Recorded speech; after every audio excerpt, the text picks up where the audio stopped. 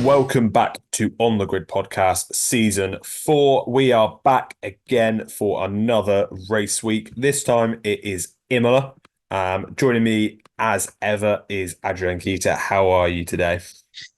I'm really delighted. It can be classed as a home race for my team Ferrari, technically, because we are in Italy, but it is a long stretch because technically it is the San Marino Grand Prix. But whatever. Imola, I can't wait. Especially after last year's cancellation due to the flooding, I think it's more than a welcomed track back on the calendar and one a lot of people are excited for, especially with McLaren now getting into the fray as a top team. So it's definitely a good weekend to look forward to, and one where we will see Formula One, Formula Two, and Formula Three all in action. So it's a busy weekend, but I'm certainly looking forward to it. Absolutely. Like you said, we got all three series competing this weekend. So kick things off and talk about Formula 3, which is something we don't do too often. So it's going to be round 3 out of 10 this weekend in Formula 3. The current leader is Luke Browning. He's on 37 points, tied with Leonardo Fornaroli. I think I'm pronouncing that right. I apologize if I'm not. They're both tied on 37 points.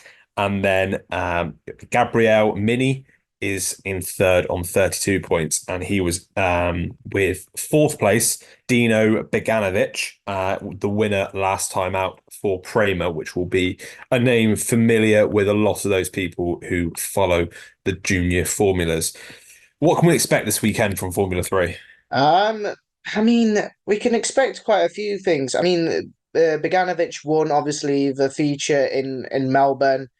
I mean, Gabriel Miney has been very good. Last season he was plugging away in the championship as well.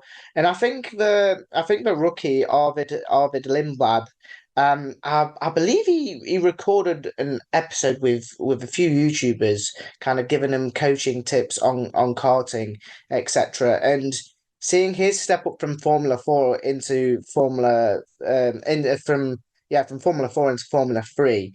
And then being the top placed rookie at the moment, 2 points behind Tim Tramnitz in sixth, um, goes a long way. But the person that will definitely be knocking on the door will be Dino Beganovic for Prema. Obviously, a Ferrari Junior, and he will want to impress those team bosses at Ferrari and show himself in the best light as possible. So there's a lot of action, especially in terms of Formula 3, because the grid is so packed. There's 30 drivers in the Formula 3 paddock, as opposed to the 20 drivers in Formula 1. It's always tightly packed, always a tight-knit group in Formula 3. Um, but yeah, those top four are only separated by 9 points. And Dino Boganovic's win in the feature propelled him up 11 positions. So it clearly goes to show how tightly knit it is. That it's only 2 rounds in. They're only heading into their third round, so anything can still happen. There's still loads of points on offer. Of course, in Formula 3 and in Formula 2, they also have a sprint race and a feature race, so they have 2 races to gain points. But that group there is so tightly knit, it's not separated by much, really. Yeah, absolutely. And like we've got four, for those of you not aware with the Formula 3 schedule. So we've got a free practice session on Friday morning. Then we jump into qualifying session in the afternoon, the sprint race on Saturday and the feature race on the Sunday. So it is a lot shorter than Formula One, as you would expect, but but you've got that sprint type. And then moving on to Formula 2. So we've got, again, a couple more names that might be more familiar to Formula One fans. Oliver Bearman, of course, I think a lot of people will know from his heroics in Jeddah. So he's not had the ideal start to his Formula 2 season. Obviously, he's missed one of the 3 rounds so far. How important is it for him to have sort of a good weekend here? Again, for Oliver Bearman, I think the aim for him is to win the championship. I don't think he's wanting to get anything else than win the championship. They're obviously headed into round 4 of the season, and I mean there's still a long way to go, especially with there being 14 rounds in Formula Two. But Oliver Behrman is already 60 points behind leader Zayn Maloney. And I think after obviously losing the round in Saudi, after he had to replace Carlos Sainz due to appendicitis, the key for him is to plug away and get as many points and as many race victories as possible. Obviously, there's big names in there like Zay Maloney. Paul Aaron's come from Formula Three and is doing very well. Dennis Hauger's still in there. I think he's in his third season. Enzo Fittipaldi, obviously the famous surname Fittipaldi, the younger brother of Pietro Fittipaldi, is in there as well. Kush Miney, Jack Crawford. There's a lot of big names in Formula Two, and especially for Oliver Behrman heading into his second season, I think it's key for him to win the championship or even get second place because we've seen what's happened with champions in the past. For example, Oscar Piastri had to wait on the sideline. Felipe Drugovich won the season before last, and he's had to wait on the sidelines. Teo Pourchaire won last season. He's in Super Formula. He's not even in Formula One. I believe he's got a reserve role at Kick Sauber. But for Oliver Behrman, it's crucial for him to win the championship because he's after impressing the team bosses in his Saudi outing, he's going to want to impress them again by winning the championship. So I think every single round from now on really, really counts for Oliver Behrman. Yeah, like you said, he's got a good chance of getting that half seat. I think that's one that's there's a lot of speculation around that. It's just now he needs to get have the results in Formula Two to deliver that. He's obviously he's on a bit of a high after that Saudi performance in the Ferrari, being that reserve driver. But it will be interesting to see what he can do. Another name, same team in Prema, that there's been a lot of talk around is Kimmy Antonelli. So he is currently ninth in the championship. He's on 24 points with the leader, Zayn Maloney, already having a 15-point lead on 62 points. There has been a lot of talk as well about Kimmy Antonelli. Obviously, there's rumours circulating, and Toto Wolff hasn't shut it down about him potentially getting that Mercedes seat. What does he need to do to secure that Mercedes seat, or would his focus be on maybe that Williams seat where he can bet himself in for a couple of years without that sort of the spotlight on as much? You said about Toto Wolff not shutting it down. Toto Wolff has gone on record and said that it might be slightly too early for Kimi Antonelli to jump straight into the Mercedes seat, and it's understandable because he's only what 18 years old, 17. He's only 17 years old. So I mean, all of these drivers on the Formula Two grid are very very young. They're obviously progressed from Formula Four into Formula Three and Formula Two. But I think for Kimi Antonelli, if he is to guarantee himself a Formula One seat, as we saw, and I think we'll allude to a little bit later on in the episode, about Alex Albon having his seat confirmed for next season, I think the only chance Kimi Antonelli has to progress into Formula One straight away is a similar task that Oliver Behrman has at stake, winning the championship. If Kimi Antonelli shows that he's experienced enough and has the know-how to win the championship, then I don't see why he doesn't deserve a seat in Formula One. But I think Toto Wolff is likely, if Kimi Antonelli finishes mid-table, for example, in 10th or 11th place, for example, I think Kimi Antonelli could have a second year in Formula Two and then maybe go for the championship and then maybe get a Formula One seat. But the seats are slowly starting to fill up in Formula One. There's a lot of speculation still about him having the Mercedes or the Williams seat, but I see it if he is to win the championship, he'll probably get the Williams seat alongside Alex Albon. And then if he excels once again, he might get propelled into stardom at Mercedes, sorry. So yeah, definitely similar focuses for everyone in this championship. But for those two, Oliver Behrman and Kimi Antonelli, who are hot on the radar of many teams, They're definitely going to be ones that are to look out for if they are to win the championship and progress into Formula One. Yeah, absolutely. Like you said, there's the last few champions in Formula Two have struggled to get the seat. I think that's the last three now, who haven't got a seat at the first time of asking. And in fact, Oscar Piastri, we know what good jobs he's done. He got it in his the season after that. And then, like you said, Felipe Drugovich and Teo Pourchaire are without a seat currently with reserve driver roles, but haven't been able to break through onto the grid, which I think is indicative really of the struggles that the Formula Two drivers has had. And, there's not enough opportunities on the grid. And we go back to looking at an 11th team, maybe Andretti joining the grid. And I can't understand why it's been rejected. Give these young drivers another venture, another opportunity to get a seat on the grid. But like you said, you mentioned there, Alex Albon obviously signing a new contract with Williams, and it's a multi-year contract. So he is tied in till 2026 with the option for another year or another couple of years. What do you think of that? Is that a good move for him? Obviously, Williams have not had the starts this season they would have wanted. Yeah, before you even said that, I was thinking they've not had particularly the best of starts to their campaign. But for Alex Albon, I don't know whether he just wants a bit of stability. He's obviously been in and out of prior to that. With obviously and when he headed into Williams. But in Alex Albon, I think Williams have Alex knows how to extract the most. But for Alex Albon to have a multi-year deal, I was actually quite sure. But if Alex Albon's happy to have some stability and head into the regulation changes, something might change at Williams. Something might improve, or we don't know. We honestly don't know what will happen in the scenes, but I think Alex Albon's gone for the element of stability rather than risk. Yeah, that makes sense. There was a lot of talk about him going to Mercedes, but he's tied up apparently for 2025, and before this contract, it looks like it's just an extension on what he already had. So does he want to go into a new team for those new regulations?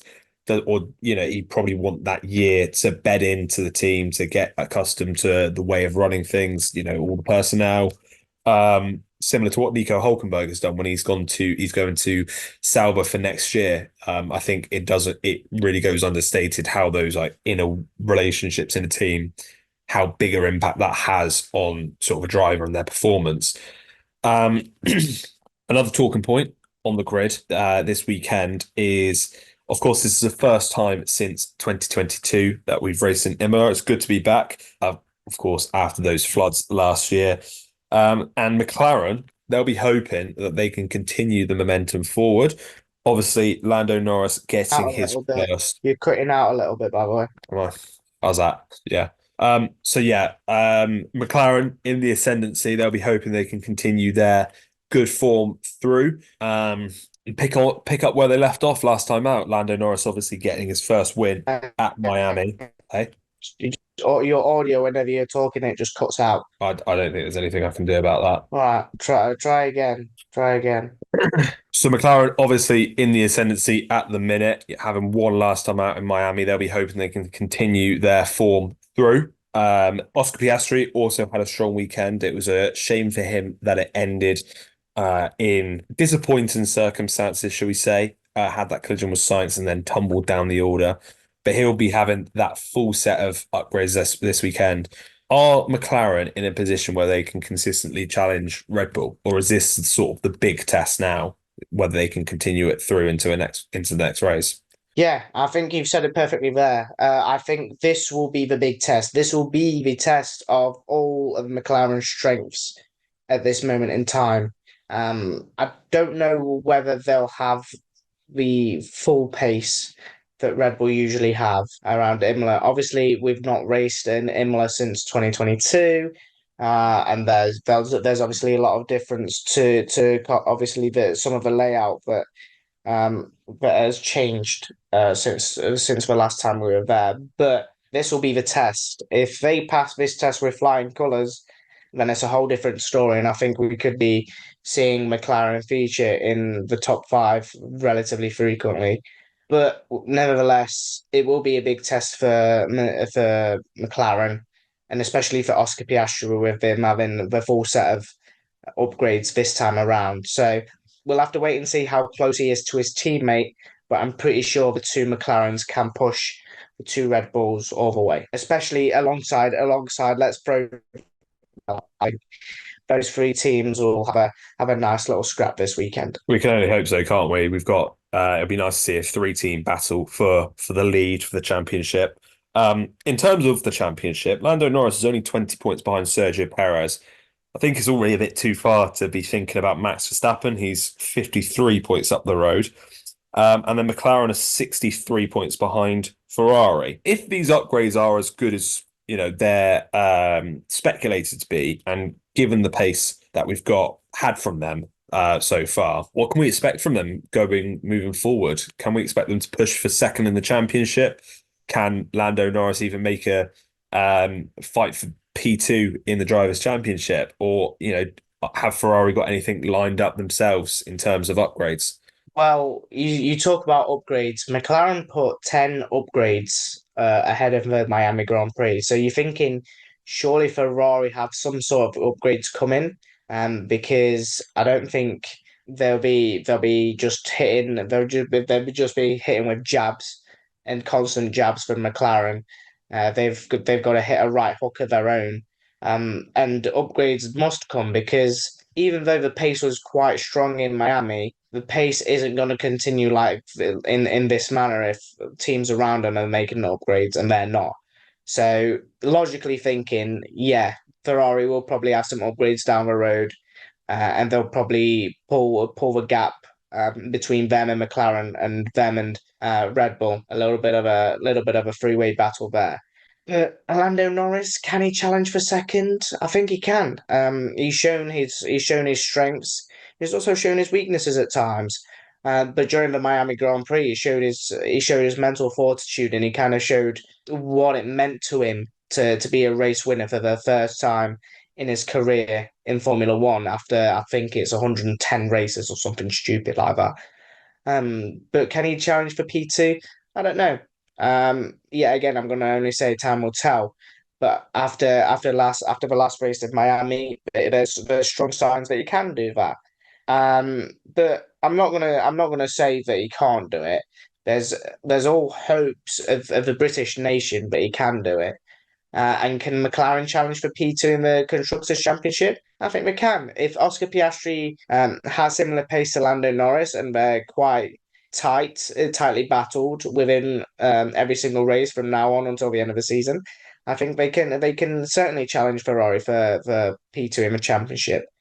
Um, but again, only time will tell if that does transpire. Ferrari are obviously going to be lining up upgrades of their own, so it's not just going to be a one way. It's not going to be one way traffic. Um, but it's certainly going to get spicy. Hopefully, we do have a three way battle for P1 in the Constructors' Championship, and maybe Lando Norris can go on a little charge and challenge Max Verstappen. Who knows? But he has gone on record and said in 2025 they can certainly challenge Red Bull. This year, he doesn't know whether it's just a little far away, but hopefully so. Hopefully everything falls into place for McLaren and Ferrari, and potentially they close the gap even further on Red Bull. Another team in the ascendancy is RB. Now we've got Yuki Tsunoda in 10th place on 14 points and Daniel Ricciardo in 14th on 5 points. They obviously had a very, very strong running in Miami. I think they brought upgrades of their own for that race. Are they showing what sort of we were little bit disappointed by at the start of the season in terms of their pace, and are they able to challenge the top five teams? Can they challenge the top five teams? From one showing, yes. From what we saw from Daniel Ricciardo in the sprint, it was a very good qualifying session and a very good executed sprint. In the race, he was a bit further back and he wasn't able to get into the points. From Yuki Tsunoda, I think you can see consistency, and I think, as I've said in a few episodes, he's gunning for a seat in a higher up team. So he's obviously going to try and put himself in the limelight and try and show his capabilities and what he can do in a Formula One car. Whether they can challenge the top teams, so the top five teams, are we classing them as Red Bull, Ferrari, McLaren, Mercedes, and which other team are we classing the top five? Aston Martin. Those top five teams, can we challenge them? I don't know. I think Mercedes, obviously, they're probably out those five teams. I think they're slightly on the back burner alongside Aston Martin. Those two teams aren't split by much. But I think those Aston Martin and Mercedes, especially in the last race with Fernando Alonso, especially, they struggled a little bit. But it's a long season. I'm sounding like a broken record. It's a long season, and upgrades are there to be used. So if RB are to be the Red Bull 2.0 in quotation marks, upgrades are going to be made, and hopefully they do become a rocket ship and challenge for the top five. But I think they'll be happy for sixth place. I don't think they'll be too disheartened with getting sixth place in the Constructors' Championship. Of course, top five gives you more prize money. But sixth place and being maybe a little bit closer to Aston Martin won't go amiss. So Yuki Tsunoda is definitely a person that will be consistent throughout the season. It's just whether Daniel Ricciardo can kind of raise his level to compete with his teammate and help them fight for potentially a place in the top five. And let's move on then to our predictions for this weekend. So I'll kick things off and give my 2-star predictions. So I'm going for the winning margin to be under 10 seconds. There's something a little bit different. And then I'm going for Bottas to make it into Q3 as well. I don't know why, but I have faith in Bottas, which is probably misplaced, but there we go. Do you want to give me your star predictions? So my 2-star predictions, after obviously Gasly enjoying a little bit of a tough start, I've gone with Pierre Gasly points.